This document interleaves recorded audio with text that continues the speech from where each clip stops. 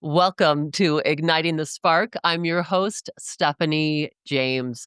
Wow, you guys, what a thrill today. I am absolutely just vibrating with excitement, with gratitude. I have the world renowned psychic medium, James Von Praagh, with me. And James has appeared on countless radio and television shows. He is the New York Times bestselling author of over a dozen books and one of the most 100 spiritually influential living people on the globe. So thrilled to have you here with me, Thanks, James. Stephanie. Thank you, sweetheart. Nice being here. It is such a joy. We have many actually cohorts, I would call them, in common. Karen Noe, Suzanne Giesman, Sure. Marla Fries. Marla Freeze. You know Marla? Oh my gosh, Marla. We go way back. I know. I had Marla on the show probably 5 years ago when she did her American Psychic, and she spoke about being an apprentice Yeah, with you. yeah. Oh my Tell God. tell I me used a I little used to bit call her about my it. wife. I used to call her my wife. I had many wives all over the world, but yeah, it was back when I lived in LA and I was just yeah, I was working, getting in there, writing the books. And Marla was she started as in a development circle with me, and my goodness, yeah, we hung out a lot together and did a lot of stuff together. And as my TV show Beyond was on the air, and she was helping me out a lot, and we worked together. And she, yes, very good at medium and psychic, really good, excellent. And we had a good time, good friendship. And I went to San Diego, and she was somewhere else. And in the middle of, I think it was somewhere near San Diego, some hotel I had to go for a meeting. And I'm in the lobby, and all of a sudden, this lady walking toward me, and it was Marla Fries. She was just in the hotel. She said, James. I said, Marla. Yeah. So we're friends. We pick up from wherever we left off. We'll just meet each other, and there we go. I love it. I love it. Well, and it brings me to that question. You've had amazing people then become practitioners, Yes. and apprentice with you. And so I'm curious around your opinion of, do we all have this ability, and are we all psychic? Well, so everybody's born with intuition, which is psychic ability. It's the language of the soul. So we're all born with that intuition, and we can develop it even further and further. That's sixth sense, and we're so aware that five senses. But now I think, Stephanie, things have changed. More people are much more open to intuition, and it's become more friendly. It's become more people realize it's more natural, and it can be developed for sure. Um, and then mediumship, which is very different than psychic. So mediumship is being able to raise your frequency and tune into those higher vibrations of the spiritual worlds and the different levels of consciousness and bring that vibration, that frequency up to a certain level and sustain that frequency so the spirit people can really come down in their frequency and meet you halfway. And that's what's called medium in the middle. And they'll send thoughts and feelings and memories, emotions, if you will. And the medium is someone who's able to pick that up. And I said for many, many years in development as a medium, that for me, my personal way of doing this is I sat for 7 years in the quiet. It's called development circle, and I waited for the 7 years until I fully felt really good enough in that way to do a reading for someone because I wanted to make sure that I was fully developed before I go out and do that. And it's unfortunate nowadays. I'm finding that a lot of people are just getting the mediumship, they jump into it. It's like no, no, no, no. You really have to develop your soul self in order to do it the correct way and with integrity and responsibility because of people's lives in your hands. So I did 5 years ago, was it 6 years ago? I created the JVP School of Mystical Arts. That's my online school, and that's why I have a lot of development courses there, mediumship courses, psychic courses, 40 different courses, all over the spectrum of healing and so forth. And that's where I work with students and develop them correctly with the integrity in the right way that I want to leave the world, my legacy with that, the right way to do it, because I think it's important to do things the right way because you gotta be responsible with integrity. Absolutely. That's so beautiful. And I wonder, because I remember watching a video of you and Oprah when you were on the Oprah show. This is like 2013, 2014, something Yeah, like that. yeah. Yeah. I And I did a show, I think it was in the early 2000s or something, but yes. okay, okay. But It was yeah, so it was during her meat problem that the beef oh, industry sued her. I had to fly to Amarillo, Texas to do that, yeah, I remember it okay. very well, yes. So it might have been, yeah, it might have been even before that. Before that, yeah. Yeah, and in that you were talking talking about when you were a little boy and you were already aware of some of these psychic abilities. Can you speak to Sure, that? Yeah. sure, and I'm writing my autobiography as we speak, so I'm right it's right here. When I was a little child, I would say, my earliest memory was, and I was a toddler, I guess, or baby even, like, I remember my parents used to bring me to the back room to go to sleep. They put me in the crib, and I can't tell you how I had to be over a year old, I would think, at 16 months, and, I didn't wanna be there. I wanted to be in the front room where they were having a good time and laughing, and I wasn't ready to go to sleep, and, of course, nowadays, I'm a night owl too, so now I understand that. So they put me into the crib, and I started crying my eyes out, and every night, this would repeat itself, and, I'll never forget that every night, I would see in the corner of the room, there was a man there, and he had white hair and blue eyes. And I remember once he walked over to me, maybe several times he walked over to me, presented me with some kind of a game or toy or something or a mobile, and I was fascinated. And eventually, I lulled off to sleep. And then probably when I was 7 years old, I was with my grandmother, and she was going through a photograph album. I said, "Stop. Who's that man you picture of?" And she said, "Oh, that's your grandfather. He died before you were born." And I said, "I used to see him all the time." And that was a very beginning one that I remember. But since that time, when I was in first grade, the 6-year-old I remember there was a kid that came, the spirit came through the window. He came over to me and said, "My name is Willie." And he said, "You won't remember me." And I get a feeling it was Civil War or something. But he said, "I'm going to give you this." And it was a design, and it was really sacred geometry. I didn't know what the heck it was at the time. And he I remember he said to me, "You won't understand this now, but years from now you will, so keep it." I said, "Okay." And when I was writing my book, there's a book that I wrote, and Growing Up in Heaven, about children that pass over. And at the end of the book, I thought, I gotta put something about the soul, the description and design of the soul, and that image, that memory came right back to me. I said, "Oh, there it is." So I put that at the end of the book. It's 144 spaces, and I knew that that was fragments of the soul makeup, like, if you call it that. So that's really interesting, that's where it belonged. And I'd see them, oh gosh, all the time. It wouldn't be all every single moment, but there were times it was very natural. I'd ask my mother, I said, "Who those angels, the people at the end of the bed with the lights on?" Because I'd say prayers every night. I was raised Catholic. I say, kneel down and say prayers.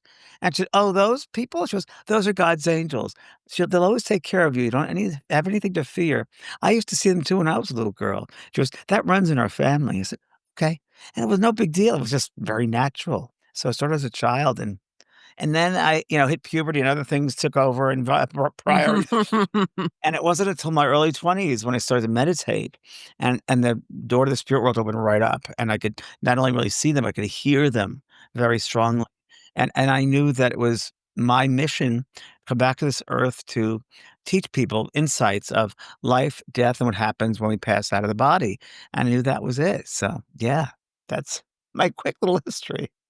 No, it's so great that and I'm resonating so much with you because I had these experiences too as a child. Yeah, yeah. So, 6 years old, I would have I call them as an adult, like, energy imprints, but Well, I b like that. but Yeah. because I remember there was 1 tall one and 2 smaller ones, like an adult and 2 children that would stay at my door. And ironically, years and years and years later, when my daughter was 10 years old, she came home from spending the night at my mother's house, which was the exact house I was raised in, and she Oh, said, fun. "Mom, I had these 3 light beings standing at the door." And same thing, 2 small and 1 big, and so, it's I love hearing these things because it just makes us think or makes me think like, "Oh my gosh, when we're children and those things happen, Yeah. we're not denying them, we're not making that up." Well, Stephanie, think of it, it's very natural, right? So as we come in as children, we're very open-minded. And remember, our mindset is just from the spirit world. We've just come back from spirit. So we're very open to seeing, being aware of it. So children are very, very open, probably until the age around 6 or 7, when they begin to get programmed by the adults, the teachers, Yeah. you have to an A on this, you got to do this. It's like this conditional loving thing. And the child says, "Oh, I have to do this to get their love." And I really think that's what happens. And I think eventually, like, a lot of people will always be searching for love or acceptance, right? And then they might get into that sense of, "Oh, we got to do this to be loved." And they're always looking for a validation from others to be what they want instead of who they are. And I think around middle age, maybe 30s, and maybe 30s, from my experiences, people start saying, "Wait, something's not working here. And then they realize, oh, they gave their power away when they were a kid, and now they have to get it back. And there's going to be bad marriages, bad relationships, and so forth. And then once they get their power back, they feel much, much better and more themselves. I think there's something to that, you know? Yeah, I do. You Yeah. know, as a psychotherapist, I think I journey with people exactly in that where they wake up sometime in their 30s or 40s and go like, "Wait a minute. Yeah. All the success, all the money, all the relationships, no matter what I've done to make myself look physically as young as possible, I'm It doesn't. not yeah, I'm not happy. I don't feel good. I don't feel in alignment." That's exactly because 'cause they're not themselves, they're someone else trying to fit it in, and it's artificial, you know, so they'll never be happy until they know who they are, and really, I think it's true across the board with everybody, you know, you really don't know true happiness till you know who you are and live your own life, live your life, and I learned from a very early age when I was very much in this world of mediumship, seeing dead people and so forth. I was born with a sense, I guess, of survival. I never care what people think. And, you know, I always say, like, Wayne Dyer, and I came up with this wonderful expression, what other people think of you is none of your business. Yeah, And we used to use that, and it's true. What everyone thinks is no one knows you. No one can love you more than they can love yourself. The only one can love you is yourself. They love that level and the acceptance. And I think a good part of it also, Stephanie, which you probably found in your writing as well, is, you know, you got to let people, you can't judge another because the moment we get into judgment, we lower the vibration. And how can we judge another soul? Because we don't know their life experiences, what their lessons are, what their childhood was like, what their influences were like. So who are we to judge them? I think judgment in the human species is because there's insecurity and they want to feel better then. So they put someone else down, they'll feel in control. I think it's all about control and power. And I always say, you know, nobody has control. You can't control another person, can't control a situation. All you can control is how you respond to something.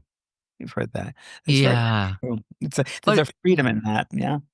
yeah, absolutely. And I think that's, you know, in probably both our work, what we're both trying to help people to accomplish is that place within them where they rediscover that it's not this external program for happiness that is True. going to ultimately lead there, but that it's an inside job.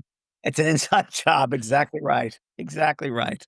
It's true. And there's a lot of freedom in that. You know, then when people get that acceptance of that, that awareness, they start really living life then, you know. Otherwise it's just existing.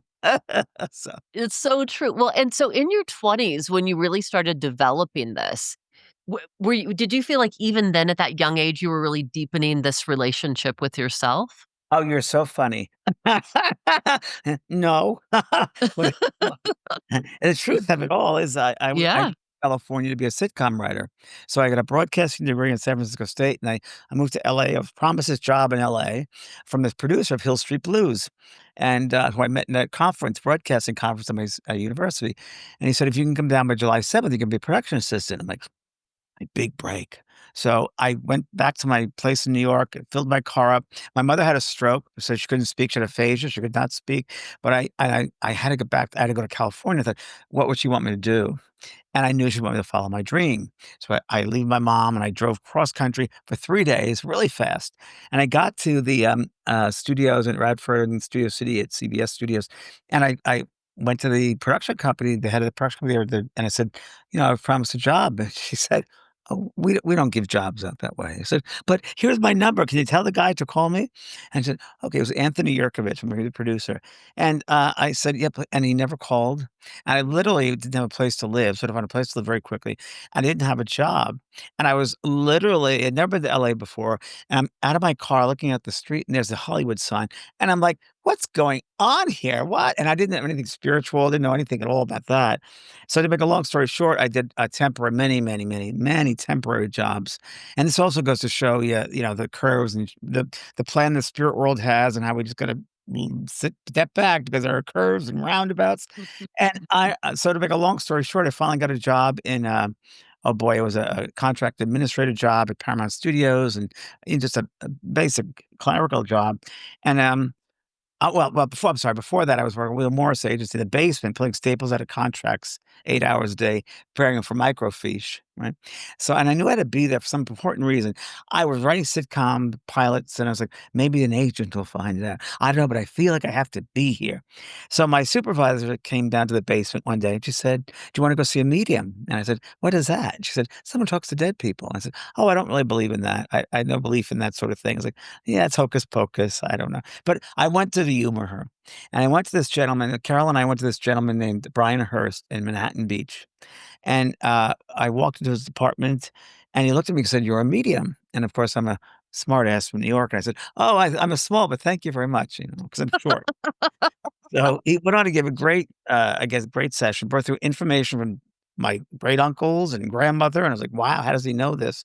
And he said, "James, the guides tell me in 2 years' time, you're going to be a medium. You're going to help change the consciousness of the planet." And I said, "What?" I was cynical New Yorker, like, "Oh, what?" So he said, "Yes, in 2 years' time." I said, "Okay, whatever." So he came through some amazing things, and I thought, there's something to this. So I went to a place called the Bodhi Tree Bookstore, and that was in Los Angeles. It was a big place on Melrose, and you probably heard of it. And I used to go there every weekend and sit and read different sections about paranormal, near-death experiences, educacy. I mean, that was my learning place. And I got several jobs again. Then I went to Paramount Studios working as a contract administrator. And there was a girl named Jo Dallas who worked in the cubicle next to me. And I remember after afternoon, it was 12:30 in the afternoon, come back from lunch. She went to her cubicle, I went to mine. I look over, and this woman is behind her. And it was obviously a dead woman. And the little woman she looks right at me like Sixth Sense. And the "Oh," and she said, she told me telepathically, I'm her grandmother, and, I had a house in Idaho, a yellow house with white shutters, and we made a footstool cover together.